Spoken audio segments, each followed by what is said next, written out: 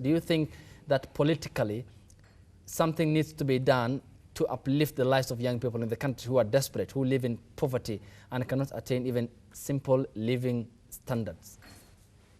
I need to say that a lot has been done. The government is very clear on the youth agenda and is making every effort to ensure that youth are included in every affair.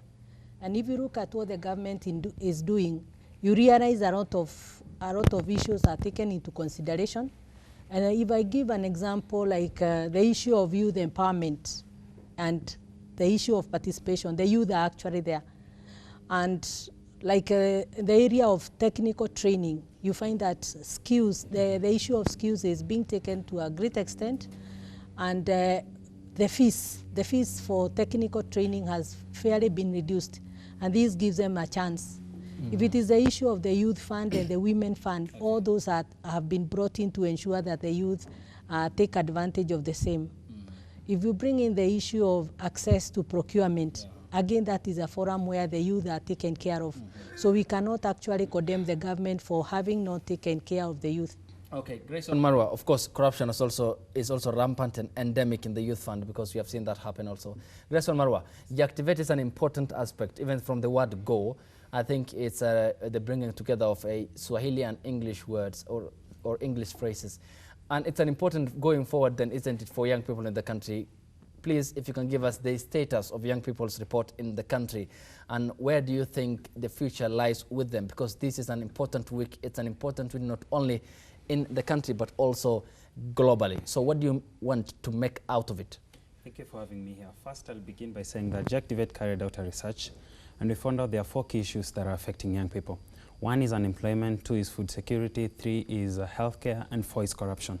You see, among the 4 issues that we identified as Jactivate, the only one issue that is missing from the Big 4 agenda of the President or the Jubilee administration is corruption.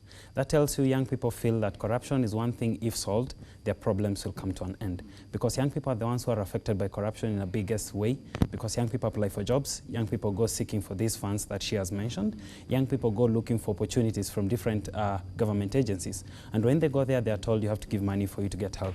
So the 4 issues that we identified as Jactivate from the tours that we did across the country, we went to around 39 counties, and we talked to young people from these specific counties, giving them an opportunity for them to speak to us and tell us what are the issues that they are facing. Corruption came out very clearly. And I'm focusing on corruption because it's one thing that is missing from the Big 4 that the President has. The other 3 that we have in our report, they are also there in the President's Big 4. Yes. Okay, Shina Nimbao, chair lady of the same organization, country coordinator, Center for Study of Adolescence. I mean, a lot is incorporated here with regards to your responsibilities and mandate you need to roll out, but young people are disenfranchised. They feel the sense of neglect, completely sidelined by the policymakers and also the society. How do we try and inculcate that culture of giving them the hope, the confidence that they're part and parcel of the process? And in going back to the start point, where do you think the rain started beating young people in this country? Is it because do we need to believe in the statements or the sense of presumption statements given by the oligarchs in the country who say that young people cannot be in governance, young people cannot run businesses, young people cannot do A, B, C, D? How do we demystify that? How do you do that as an organization in the sense that you need to drive them out of that and bring them to the negotiating table to be part of the people who make the policies that will in turn impact them positively? So thank you so much. And I'm very excited whenever we are having conversations about young people, and the space is increasingly becoming more. And it's a real shocker that the largest population of this country is the population that feels left out from matters that are pertinent to the country. Yeah? And we said over 78% of Kenya's population is below the age of 30. But the less population are the ones who are seated on the seats making decisions for young people. And in our deliberations in Jactivate, this has been coming out. And the young people are very aggrieved. But again, they're very optimistic. And they have decided to become part of the solution and not part of the problem. Always saying there are no jobs, always saying we are suffering. And I like the breed of people young people that has come up, young people who are willing to take spaces. And even from the Jactivate State of the Youth report, what the young people want is no longer create jobs for us. They just want an environment, a safe space where they can be able to do what they want. For example, when you look at the issue of unemployment, young people are asking for an environment that is good for them to do business. If the government could waiver some of these fees for them, if the government would make it easier for the processes, you know, so that we are walking away from a generation of young people who want handouts to a generation of young people who want to work and get it. And it's very sad when young people want to give up and when they're the majority of the country because they hold the economy in their hands. And people are saying young people are a ticking time bomb if we don't invest in them. We don't invest in their health, we don't invest in their education, we don't invest in their empowerment. So I just want to say that despite all these issues and despite them being left out, their hearts are strong. I think we have the strongest breed of young people I have ever seen. And maybe even the government can agree. They're very aggressive, you know, in what they want. They have their facts right, they have their actions right, they have their education. So they just want to make this country a better place. Yes. All right, Emily Maina, I'll come to you on this. Regional coordinator, I'm sure there are 46 other members or your counterparts who also are coordinators with regards to youth affairs in the country. Yes, there is the problem at hand at the moment. There are solutions that have been crafted to ensure that they help the young people in the country.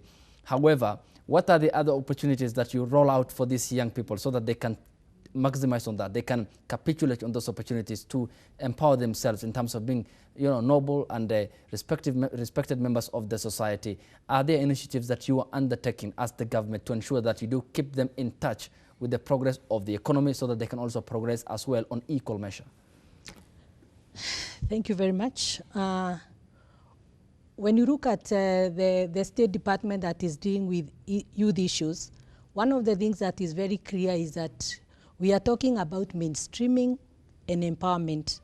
And therefore, any program that comes in has to ensure that the issue of empowerment is entrenched. We have various donors like the World Bank. The World Bank has a component that is giving life skills and training to the young people. And in this particular issue, we are not even looking at the degrees or the level of training. It is an opportunity for the young to get skills that will help them, because the issue of handouts will not help in any way.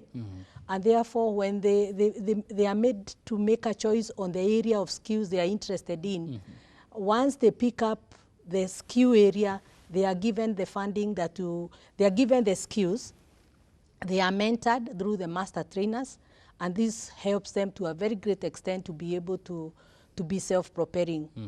And we are also working with ICT Authority from the Ministry of ICT. You find that there is the Ajira digital platform.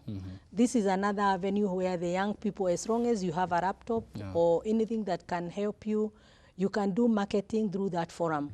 If it is the areas of sports, you find that is another opportunity where the young people can be able to self-actualize themselves.